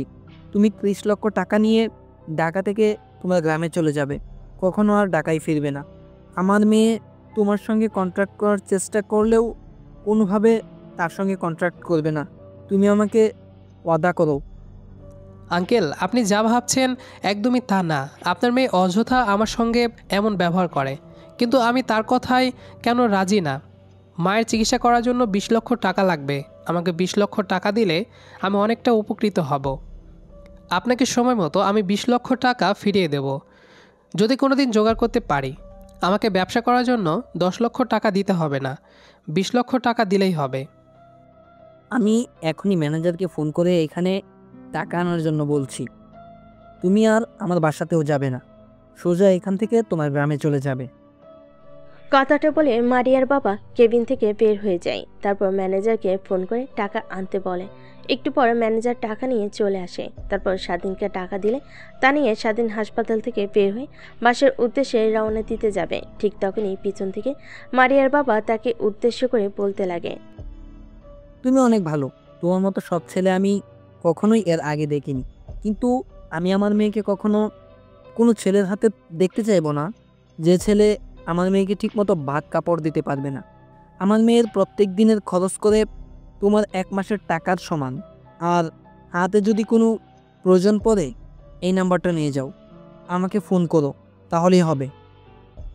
তারপর স্বাধীন পেছন ফিরে মারিয়ার বাবার কাছ থেকে টাকা নিয়ে বেরিয়ে যায় বাস টার্মিনালে। এসে বাসের জন্য অপেক্ষা করছিল। ঠিক তখনই তার ফোন বাজতে লাগে। স্বাধীন ফোন রিসিভ করে কানের কাছে ধরতে ওপাশ থেকে কান্না ভেসে আসতে লাগে। স্বাধীন ভালোভাবে নাম্বারটা দেখে বলতে লাগে, কি হয়েছে রে, তোরা কান্না করছিস কেন? আপু কি হয়েছে আমাকে বল। ভাইয়া তুমি কোথায় আছো? জলদি বাসায় এসো, মা অনেক অসুস্থ। হ্যাঁ আমি বাসায় আসছি, তুই মাকে নিয়ে হাসপাতালে যা। আমি সৌরভকে ফোন করে বলে দিচ্ছি আমি বাস কাউন্টারে বসে আছি, 4 ঘন্টা পর বাসায় গিয়ে পৌঁছাবো। ঠিক তখনই বাস চলে আসে। স্বাধীন গিয়ে বাসে বসে পড়ে। বাস চলতে থাকে তার আপন গতিতে। কিন্তু সামিয়া কান্না করলো কেন? এর আগে তো মা বহুবার অসুস্থ হয়ে পড়েছিল, সে তো অমনভাবে কান্না করেনি। স্বাধীনে কিছুই বোধগম্য হচ্ছে না। আনমনে বাহিরের দিকে তাকিয়ে আছে। ঠিক তখনই তার চোখ বেয়ে এক ফোঁটা অশ্রু বের হয়। স্বাধীন নিজেও বুঝতে পারে না সে কেন কান্না করছে। ঠিক তখনই পুনরায় ফোন বাজতে লাগে। ফোনে স্ক্রিনের দিকে তাকিয়ে দেখে সৌরভ ফোন করেছে। কল রিসিভ করে কানের কাছে ধরতে ওপাশ থেকে বলতে লাগে, তুই কোথায় আছিস? জলদি বাসায় চলে আয়। আর চাচি অনেক অসুস্থ, তোর কথা অনেক জিজ্ঞাসা করছে। তাহলে মার কাছে ফোনটা দে, আমি কথা বলি। না, দেওয়া যাবে না, জলদি বাসায় চলে আয়। হ্যাঁ আসছি রে, আর মাত্র 1 ঘন্টা সময় লাগবে। কথাটা বলে স্বাধীন ফোন রেখে দেয়। প্রায় 1 ঘন্টা পর বাসের সামনে গিয়ে পৌঁছায়। রিক্সা থেকে নেমে রিক্সাওয়ালাকে ভাড়া দিয়ে বাড়ির উঠোনের সামনে যেতেই দেখে অনেক মানুষের ভিড়। ভিড় ঠেলে সামনের দিকে এগিয়ে গিয়ে দেখে খাটিলায় রাখা উঠানের মাঝখানে স্বাধীনকে দেখতে পেয়ে তার ছোট বোন সাওয়ার মিয়া দৌড়ে এসে স্বাধীনকে ধরে কান্না করতে করতে বলতে লাগে, ভাইয়া রে, আমাদের এই পৃথিবীতে আর কেউ রইল না রে। একটা মা ছিল, সেও মারা গেল। এখন কাকে নিয়ে বাঁচবো আমরা? আমাদেরকে নিয়ে কে এত চিন্তা করবে? আমাদেরকে কে দেখাশোনা করবে রে? সামিয়ার কথা শুনে স্বাধীনের মাথায় যেন আকাশ ভেঙে পড়ে। তার হাত থেকে ব্যাগটা মাটিতে পড়ে যায়। তারপর খাটিলার কাছে গিয়ে দেখে তার মার লাশ। স্বাধীন তার মুখ ধরে কান্না করতে করতে বলতে লাগে, মা তুমি এত কষ্ট করে আমাদেরকে মানুষ করলে, আমরা একটু তোমাকে শান্তিতে থাকতে দিলাম না। সারা জীবন ভর তুমি কষ্ট করলে। বাবা চলে যাওয়ার পর থেকে তুমি আমাদেরকে বিন্দুমাত্র বাবা নেই অনুভব করতে দাওনি। যখন যা লাগতো তুমি এনে দিতে, যতই কষ্ট হোক না কেন। আর তুমি চলে যাচ্ছ আমাদেরকে ছেড়ে, কত কষ্ট হচ্ছে মা তুমি জানো। স্বাধীন তার মার মুখ ধরে কান্না করতে করতে বলতে লাগে। কথাগুলো বলে স্বাধীন অঝরে কান্না করতে লাগলো। সৌরভ স্বাধীনকে সান্ত্বনা দিতে লাগে, কিন্তু স্বাধীন তার কথা শুনতে নারাজ। তারপর স্বাধীনের মাকে গ্রামের সবাই খাটিলাতে করে কবরস্থানে নিয়ে যায়। তারপর কবরস্থ করে স্বাধীন কবরস্থানের সামনে থম মেরে বসে থেকে সৌরভ এসে স্বাধীনের কাঁধে হাত রেখে বলতে লাগে, দেখ, এই পৃথিবীতে কেউ চিরস্থায়ী নয়, সবাইকে পৃথিবী ছেড়ে চলে যেতে হবে। তোর বাবাও চলে গেছে। তুই সেদিন নিজেকে যেভাবে সামলিয়ে নিয়েছিলি, এখনো সেইভাবে নিজেকে সামলে নে তুই। যদি এইভাবে ভেঙে পড়িস, তাহলে শামীমার কি অবস্থা হবে একবার লক্ষ্য করেছিস? মেয়েটি সেই সকাল থেকে না খেয়ে বসে আছে। বিকেল গড়িয়ে রাত চলে গেল। এখন এখান থেকে চল। তারপর স্বাধীন উঠে নিজেকে সামলে নিয়ে চোখ মুখ মুছে কবরস্থান থেকে বের হয়ে যায়। বাসায় গিয়ে দেখে এখনো অনেকে বাসার মধ্যে ভিড় করে আছে। সবাই হয়তোবা সামিয়াকে সান্ত্বনা দিচ্ছে। স্বাধীন যাওয়ার সঙ্গে সঙ্গে অনেক বৃদ্ধ আঙ্কেল এসে স্বাধীনকে সান্ত্বনা দিতে লাগে। বাবা, তোমাকে কি করে সান্ত্বনা দেব তার ভাষা আমি খুঁজে পাচ্ছি না। তোমার যদি কোনো প্রয়োজন পড়ে তাহলে সঙ্গে সঙ্গে আমাদের ডাকবে, আমরা হাজির হয়ে যাব তোমার সামনে। কথাটা বলেই বৃদ্ধ আঙ্কেলটা চলে যায়। এক এক করে বাসা থেকে সবাই চলে যায়। স্বাধীন খাবারের বাটি নিয়ে এসে সামিয়াকে খাবার খাওয়ানোর চেষ্টা করে, কিন্তু খেতে চায় না। স্বাধীনকে ধরে অঝরে কান্না করছে। তারপর স্বাধীন খাবারের বাটি নিয়ে রেখে সামিয়ার মাথায় হাত বুলাতে বুলাতে বলে, দেখ বোন, মানুষ তো চিরস্থায়ী না, সবাইকে একদিন মৃত্যুর স্বাদ গ্রহণ করতে হবে। একদিন আমিও মরে যাব, একদিন তুইও মরে যাবি। তাই বলে কি না খেয়ে থাকবি? না খেয়ে থেকে নিজের দিকে একবার খেয়াল করেছিস কি অবস্থা হয়ে গেছে তোর? এদিকে আয়, খাইয়ে দিয়ে আমি। তুই না খাইলে কিন্তু আমিও খাবো না। স্বাধীনের কথা শুনে সামিয়া মুচকি হাসি দেয়, তারপর নিজের সামনে নিয়ে খাবার খেতে লাগে। তারপর সামিয়া স্বাধীনকে খাবার খাইয়ে দিতে লাগে। এভাবে কেটে যায় 5টা বছর। 5 বছর পর এই তোমাদের সমস্যা কি? প্রত্যেক দিন এইভাবে দাঁড়িয়ে থেকে মেয়েদেরকে রেডিং দাও? তোমাদের লজ্জা করে না? তোমাদের বাসায় কি মা বোন নেই? কলেজে তোমরা আসো কি এইসব করার জন্যে? আমি কিন্তু তোমাদের হয়ে প্রিন্সিপাল স্যারের কাছে অভিযোগ দেব। তারপর আমি দেখি তোমাদের কি করে এই কলেজে পড়ালেখা করাই। ম্যাডাম, আপনার কাজ আমাদেরকে শিক্ষা দেওয়া আমাদের ক্লাসরুমের মধ্যে, কিন্তু বাইরে না। আপনি আপনার কাজ করেন আর আমরা আমাদের কাজ করি। আর কি বললেন? আমাকে কলেজ থেকে বের করে দেবেন? হাসি পেল। আপনি আমাকে কলেজ থেকে বের করে দেবেন? আমি কি, আপনি হয়তো জানেন না, আমি কলেজের সভাপতির ছেলে। আমাকে দেখে স্বয়ং প্রিন্সিপাল স্যারও ভয় পায়, আর সেই কিনা আমাকে কলেজ থেকে বের করে দেবেন? ম্যাম, হাসেন তো। এই জানোয়ারের বাচ্চাগুলোর সঙ্গে কথা বলে কোনো লাভ নেই। এরা অনেক খারাপ। পরে দেখবেন আপনার সঙ্গেও এরা বিয়াদবি শুরু করেছে। চলেন এখান থেকে। এদের সামনে থেকে এদের এইভাবে শায়েস্তা করা যাবে না। সামিয়া মারিয়ার হাত চেপে ধরে সেখান থেকে নিয়ে চলে আসে। সামিয়া ক্লাসরুমে চলে যায়। অন্যদিকে মারিয়া সোজা প্রিন্সিপাল স্যারের রুমে গিয়ে প্রিন্সিপাল স্যারকে উদ্দেশ্য করে বলতে লাগে, স্যার, আপনাকে এত করে বলছি কিন্তু আপনি কোনো ব্যবস্থাই নিচ্ছেন না। ছেলেগুলোর ব্যবহার দিন দিন জঘন্য হচ্ছে। ওদের অতিষ্ঠ কোনো মেয়ে ঠিকমতো কলেজে আসতে পারে না। প্রত্যেক দিন কলেজে গেটের সামনে দাঁড়িয়ে থেকে মেয়েদের সঙ্গে বাজে কথা বলবে, বাজে লিখে দিবে। আজকে তো আমার সামনে একটা মেয়ের স্কার্ফ ধরে টান দিয়েছে। মারে, কি করব আমার বল? আমার হাত তো বাঁধা। ওই ছেলেগুলোর সঙ্গে কখনোই পেরে উঠতে পারবো না। ওদের ডান হাত এই শহরের আন্ডারওয়ার্ল্ডদের বড় ডন। সবাই তাকে দেখে ভয় পায়, আমরাও তাকে দেখে ভয় পাই। আর বিশেষ কথা হলো, ও ছেলেটা হচ্ছে আমাদের কলেজের সভাপতি ছেলে। এজন্য একটু দাপট দেখে চলাফেরা করে। মুখ বুঝে সহ্য করা ছাড়া কিছুই করতে পারে না। কিন্তু আমি করব না। আমার বাবার সম্পর্কে আপনি তেমন একটা ধ্যান রাখেন না। কালকে থেকে দেখবেন ছেলেগুলো প্রত্যেকটা মেয়েকে সম্মান করে চলবে। মা, এমন কিছু করো না যাতে তোমার নিজের বিপদ ডেকে নিয়ে আসো। নিজের দিকে খেয়াল রেখে কাজ করো। কথাটি বলে মারিয়া কেবিন থেকে বের হয়ে আসে। তারপর তার বাবাকে ফোন করে। ছেলেদের বিষয়ে সব কথা বলতে লাগে। মারিয়ার বাবা আগে আন্ডারওয়ার্ল্ডের বড় দল ছিল। সে থেকে সবাই তাকে অনেক সম্মান করে। কিন্তু একদিন মারিয়ার মা ক্যান্সার আক্রান্ত হয়ে মরে যাওয়ার সময় বলেছিল আন্ডারওয়ার্ল্ড লাইন থেকে সে যেন সরে আসে, খুন খারাপে যেন আর না করে। সে থেকে মারিয়ার বাবা ভালো মানুষ হয়ে সমাজে চলাফেরা করে। মারিয়ার বাবা কথাটা শুনে অনেকটা রেগে যায়। তারপরে কেউ একজনকে ফোন করে। দেখ, তোরা যেভাবেই পারিস এই ছেলেগুলোকে ধরে এমনভাবে মারবি যেন ও চলাফেরা করতে না পারে। ঠিকমতো 1 মাস মেয়েদের দিকে কখনো যেন খারাপ দৃষ্টিতে তাকাতে পারবে না। ওর বাবার পরিচয় কেন, ওর নিজের পরিচয় দিতেও যেন মানুষের সামনে কাঁপাকাঁপি করে। ওকে স্যার, কালকে থেকে দেখবেন ছেলেগুলো সকলকে সম্মান করে চলছে। তাহলে আমি ফোন রাখি, আর কোনো দরকার পড়লে আমাকে ফোন করবেন। মারিয়ার বাবা ফোন রেখে দেয়।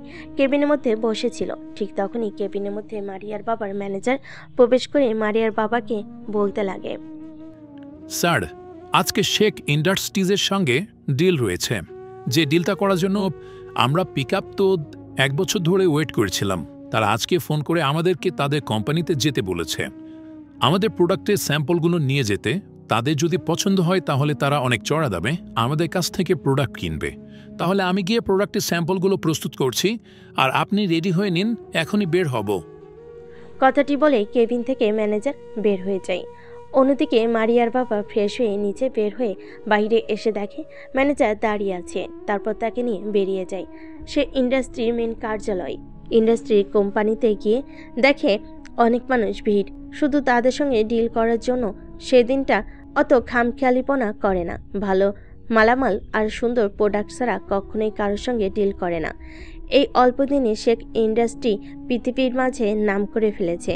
তাই এখন বাংলাদেশ স্টপন দখল করে রেখেছে। মারিয়া আর তার বাবার জানার অতি আগ্রহ মারত। 24 বছরের একটা ছেলে মাত্র 4 বছরে কোম্পানি খুলে সেটা আবার বাংলাদেশের টপ 1-এ নিয়ে গেছে। তীব্র আকাঙ্ক্ষা নিয়ে কেবিনের বাইরে বসে আছে। তখনই মারিয়ার বাবার ডাক আসে। কেবিনে মারিয়ার বাবা আর ম্যানেজার প্রবেশ করে চেয়ার টেনে সামনে বসে পড়ে। অন্যদিকে শেখ ইন্ডাস্ট্রির মালিক পত্রিকা পড়ছিল। মুখের সামনে থেকে পত্রিকাটা সরাতেই মারিয়ার বাবা অবাক হয়ে সামনে থাকা লোকটার দিকে তাকিয়ে আছে। মুখ ফসকে বের হয়ে যায়। বাবা স্বাধীন, তুমি এখানে? তাহলে তুমি কি সেই ইন্ডাস্ট্রির মালিক? স্বাধীন মারিয়ার বাবাকে এখানে দেখতে পেয়ে অবাক হয়ে যায়। তারপর নিজের চেয়ার থেকে নেমে মারিয়ার বাবার সামনে এসে তার পা ধরে সালাম করতে করতে বলে, জি স্যার, আমি সেই স্বাধীন যাকে দরিদ্র বলেছিলেন, যার মার চিকিৎসা করানোর জন্য 20 লক্ষ টাকা দিয়েছিলেন। আমি সে। তুমি এইখানে? I am not believe this boy. মারিয়ার বাবার কথা শুনে স্বাধীন মুচকি একটা হাসি দেয়। তারপর তার চেয়ারে গিয়ে বসে টেবিলের উপর থাকা কলিং বেলটা বাজাতেই সেখানে পিয়ন চলে আসে। তারপর পিয়নকে উদ্দেশ্য করে স্বাধীন বলতে লাগে, আজকে আর কারোর সঙ্গে দেখা করব না। আজকে ভালো লাগছে না। আমার বাইরে যারা আছে সবাইকে যেতে বলুন। পিয়ন স্বাধীনের কথা শুনে বাহিরে গিয়ে সবাইকে চলে যেতে বলে। সবাই চলে যায়। অন্যদিকে স্বাধীন মারিয়ার বাবাকে উদ্দেশ্য করে বলতে লাগে, স্যার, আজকে এইসব যা দেখছেন সব আপনার। আপনি আমাকে 20 লক্ষ টাকা দিয়েছিলেন। আপনি আমাকে 20 লক্ষ টাকা দিয়েছিলেন না? সেই টাকা থেকে আজ 20,000 কোটি টাকার মালিক আমি। হতে গেলে সব কিছু আপনার জন্য। আমি শুধু বুদ্ধি খাটে ইউজ করেছি। কেন বাবা? তুমি তো তোমার মায়ের চিকিৎসা করানোর জন্য 20 লক্ষ টাকা নিয়েছিলে। তার মানে তুমি কি তোমার মার চিকিৎসা করাওনি? মারিয়ার বাবার কথা শুনে স্বাধীন উপরের দিকে তাকিয়ে দীর্ঘ একটা নিঃশ্বাস ফেলে বলতে লাগে, না স্যার, আপনার কাছ থেকে টাকাগুলো নিয়ে বাসে উঠতে যাব, ঠিক তখনই বাস থেকে ফোন আসে মা অনেক অসুস্থ। টাকা নিয়ে যেতে যেতে মা মারা গেছে। অনেকটা ভেঙে পড়ি। ছোট্ট বোনের দিকে তাকিয়ে নিজেকে সামলে নেই। তারপর ঢাকায় চলে আসি। 20 লক্ষ টাকা দিয়ে ছোট্ট একটা ব্যবসা প্রতিষ্ঠান খুলি। সেই থেকে আজ এতদূর পর্যন্ত এসেছে। আমি তোমার চোখে স্পষ্ট বিজয়ের লক্ষণ দেখেছিলাম। তুমি অনেক বিনয়ী, তুমি অনেক সৎ। এর জন্যই তুমি আজ এইখানে আসতে পারছো। তোমার কোম্পানির প্রোডাক্ট সবাই চোখ বুজে কিনতে পারে, অন্য অন্য কোম্পানির প্রোডাক্ট কিন্তু কিনতে পারে না বলেই সেসব কথা। I am extremely sorry. সেদিন তোমাকে অপমান করে 20 লক্ষ টাকা দিয়ে হাসপাতাল থেকে বের করে দিয়েছিলাম তার জন্য। না, স্যারকে বলেছেন এগুলো? আপনি সেদিন আমাকে কোথায় আপনি অপমান করেন? শুধু নিজের মেয়ের ভালো চেয়ে আমাকে তার কাছ থেকে সরিয়ে দিয়েছিলেন। আর সেই কারণেই আজ আমি সফল। তা স্যার, মারিয়া ম্যাডাম এখন কেমন আছে? হ্যাঁ, অনেক ভালো আছে। তারপর স্বাধীনের সঙ্গে টুকটাক অনেক কথা বলতে লাগে মারিয়ার বাবা। এভাবে অনেকটা সময় পার হয়ে যায়। মারিয়ার বাবার কোম্পানির সঙ্গে ডিলটা কনফার্ম করলো। মারিয়ার বাবা কোম্পানি থেকে বের হয়ে বাইরে এসে তার মেয়েকে ফোন করে। ওই পাশে মারিয়া ফোন রিসিভ করতে মারিয়ার বাবা বলতে লাগে, মারে, আজকে স্বাধীনকে দেখলাম। কথাটা শুনে মারিয়ার হৃদয়ের এক কোণে অন্যরকম এক ভালো লাগা কাজ করে। বাবা, তুমি স্বাধীনকে দেখেছো? কোথায় বাবা, কোথায় বলো আমাকে? তারপর মারিয়ার বাবা মারিকে স্বাধীনের লোকেশন দিয়ে দেয়। অন্যদিকে কলেজ থেকে তাড়াহুড়ো করে বের হতে যাবে, ঠিক তখনই সামিয়ার সঙ্গে ধাক্কা লাগে। নিজেকে সামলে নিয়ে মারিয়া বলে, সরি, দেখতে পাইনি। ম্যাম, এত তাড়াহুড়ো করে কোথায় যাচ্ছেন আপনি? তারপর মারিয়া লোকেশনটা বলে সামিয়া শুনে অবাক হয়ে যায়। নিজেকে সামলে নিয়ে মারিয়াকে উদ্দেশ্য করে বলতে লাগে, ম্যাম, আমি বাসায় যাব, ভালো লাগছে না, এজন্যই ক্লাসরুম থেকে বের হয়েছি। আমার বাসায় দিকে, আপনি যদি একটু নামিয়ে দিতেন। আচ্ছা, তাহলে তুমি আসো, আমি তোমার বাসার সামনে তোমাকে নামিয়ে দিয়ে না হয় আমার গন্তব্যস্থলে যাব। তারপর মারিয়া সামিয়াকে নিয়ে গাড়ি করে বেরিয়ে পড়ে। মারিয়া একটা স্কুলের সামনে সে গাড়ি ব্রেক করে। স্কুলের সামনে সামিয়া গাড়ি ব্রেক করতে দেখে মারিয়াকে উদ্দেশ্য করে বলতে লাগে, ম্যাম, এখানে গাড়ি দাঁড় করলেন কেন? তুমি তো আমার মুখ থেকে অনেক আমার ছেলের কথা শুনছো, কিন্তু কখনো দেখোনি, কিন্তু আজ দেখবে, চলো। কথাটি বলে সামিয়াকে নিয়ে স্কুলের মধ্যে চলে যায়। ক্লাসরুমের মধ্যে ঢুকে মারিয়া একটা সুন্দর বাচ্চাকে কোলে তুলে নিয়ে আসতে লাগে। সামিয়ার কাছে এনে বলতে লাগে, এইটাই হলো আমার বেবি। তারপর মারিয়া তার বাচ্চাকে নিয়ে গাড়িতে উঠে পড়ে। সামিয়াও পিছু পিছু গাড়িতে উঠে বসে। তারপর গাড়ি চলতে লাগে তার আপন গতিতে। সামিয়া মারিয়ার দিকে একবার তাকিয়ে দেখে, তার মুখে মুচকি হাসি। সামিয়া সেই দিকে একটু তীক্ষ্ণ দৃষ্টিতে তাকিয়ে মারিয়াকে উদ্দেশ্য করে বলতে লাগে, ম্যাম, আপনাকে আজ এত হাসি খুশি দেখাচ্ছে, নিশ্চয়ই কোনো কারণ আছে। আপনি তো সচরাচর এত হাসি খুশি থাকেন না, কি হয়েছে? আসলেই তোমাদের স্যার অর্থাৎ আমার বাচ্চার বাবা আমাকে ভুল বুঝে আমাকে রেখে চলে গিয়েছিল। দীর্ঘ 5 বছর পর আমি তার লোকেশন জানতে পেরেছি, তাই সেখানে যাচ্ছি আমি। তোমার স্যার নিজেও জানে না এইটা, যে তার না জানি তুমি দেখে তাহলে কত ডাইনা খুশি হবে। তারপর সামিয়ার একটু অনুশোচনাবোধ কাজ করে। নিজের মধ্যেই নিজেকে সামলে নিয়ে সামিয়া বলতে লাগে, আচ্ছা ম্যাম, কিছু মনে না করলে একটা প্রশ্ন করব। আপনি কি আপনার সম্পর্কে আমাকে কিছু বলবেন? স্যারের নাম কি আর সে কি কাজ করে? তোমাদের স্যারের নাম স্বাধীন শেখ, ইন্ডাস্ট্রির মালিক। কি ম্যাম, সত্যি? হ্যাঁ সত্যি, কিন্তু আগে তোমাদের স্যার এমন ছিল না, অনেক গরিব ছিল। জানি না হঠাৎ করে এত বড়লোক কোটিপতি কি করে হয়ে গেল। আজ কাজ করছিলাম ঠিক তখনই বাবা ফোন করে বলল স্বাধীনকে এসে দেখেছে এই ঠিকানায়, আমি তাই সেখানে যাচ্ছি। সামিয়ার সঙ্গে কথা বলতে বলতে মারিয়া লোকেশনে গিয়ে চলে আসে। গাড়িটা ব্রেক করে নেমে যায়। তার ছেলেকে কোলে তুলে নিয়ে স্বামীকে উদ্দেশ্য করে বলতে লাগে, তাহলে তুমি বাসায় চলে যাও, আমি ভিতরে যাব। কথাটা বলে মারিয়া কোম্পানির ভিতর ঢুকে পড়ে। গেটে দারুণ অনেকবার দাঁড় করানোর চেষ্টা করে, কিন্তু মারিয়া সবাইকে পাশ কাটিয়ে কোম্পানির ভিতর প্রবেশ করে। তারপর ম্যানেজারকে ডাক দিয়ে বসের কেবিন কোনটা সেটা জিজ্ঞেস করতে ম্যানেজার বলে দেয়। খট করে দরজা খুলে কেবিনের মধ্যে ঢুকে দেখে স্বাধীন ল্যাপটপে কাজ করছিল। হঠাৎ খট করে দরজা খোলায় সামনের দিকে তাকিয়ে দেখে দাঁড়িয়ে আছে তারপর একটা ফুটফুটে সন্তান, আনুমানিক বয়স 4 থেকে 4.5 বছর হবে। মারিয়া স্বাধীনের কাছে গিয়ে স্বাধীনকে জড়িয়ে ধরে এলোপাথারি চুমু খেতে লাগে। স্বাধীন বিরক্ত হয়ে মারিয়াকে ধাক্কা দিয়ে নিজের থেকে সরিয়ে দিয়ে বলতে লাগে, কি আপনি আর আপনার সাহস কি করে হয় আমাকে এসে জড়িয়ে ধরে আমাকে কিস করার? তুমি আমাকে চিনতে পারছো না? আমি মারিয়া। আমি মারিয়া নামের কাউকে চিনি না, আপনি এখন এখান থেকে আসতে পারেন। মারিয়া স্বাধীন নিজেদের মধ্যে কথা কাটাকাটি করছিল। ঠিক তখনই মারিয়া স্বাধীনের ছেলে স্বাধীনের কাছে এসে তার হাত চেপে ধরে বলতে লাগে, বাবা, তুমি এতদিন কোথায় ছিলে? এতদিন আমার বন্ধুরা সবাই আমাকে কত না কথা বলেছে, তোর বাবা নেই এইসব বলে। তুমি আমাকে ছেড়ে কিভাবে থাকতে পারলে বাবা? ছেলেটার কথা শুনে স্বাধীন নেমে সেই থমকে যায় ছেলেটার দিকে। ভালোভাবে তাকিয়ে দেখে একদম তার মতো দেখতে হয়েছে। ছেলেটাকে কোলে তুলে নিয়ে এলোপাথারি মুখে চুমু খায়। স্বাধীন তার ছেলেকে জড়িয়ে ধরে বলতে লাগে, কে তোমার বাবা? আর আমাকে তুমি বাবা বলছো যে? তুমি আমার বাবা আমি জানি। মা অনেক রাতে রাতে তোমার ছবি নিয়ে বুকে জড়িয়ে ধরে কান্না করতো, আমি ঘুম থেকে উঠে দেখতাম। এই যে আমার মা, তুমি আমার বাবা, আমি তোমাকে খুঁজে পেয়েছি। তুমি প্লিজ আমাদেরকে ফেলে যেও না। ছেলেটার কথা শেষ হতেই স্বাধীন এক দৃষ্টিতে মারিয়ার দিকে তাকায়। মারিয়া মাথা দিয়ে হ্যাঁ বোঝায়। স্বাধীন তার ছেলেকে শক্ত করে জড়িয়ে ধরে বলতে লাগে, না বাবা, তোমাদেরকে ছেড়ে আর কোথাও যাব না আমি। আর তুমি কি দেখছো? আমি তো আর কারো কিছু হই না। সে আমাকে জড়িয়ে ধরে 5 বছরের অনুশোচনা কাটাবে, ছেলে পেয়েছে, এতেই হবে।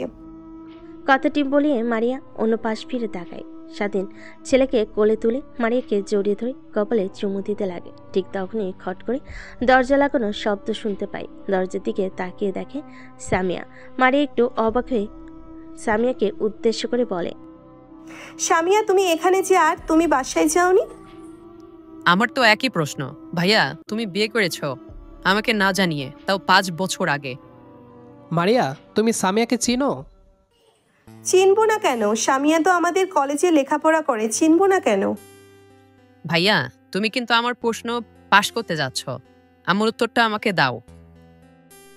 শুরু থেকে শেষ পর্যন্ত খুলে বলে। তারপর স্বাধীনের কোল থেকে তার ছেলেকে নিজের কোলে নিয়ে বলতে লাগে, তোমাদের দুজনের সঙ্গে আমার কোনো কথা নেই।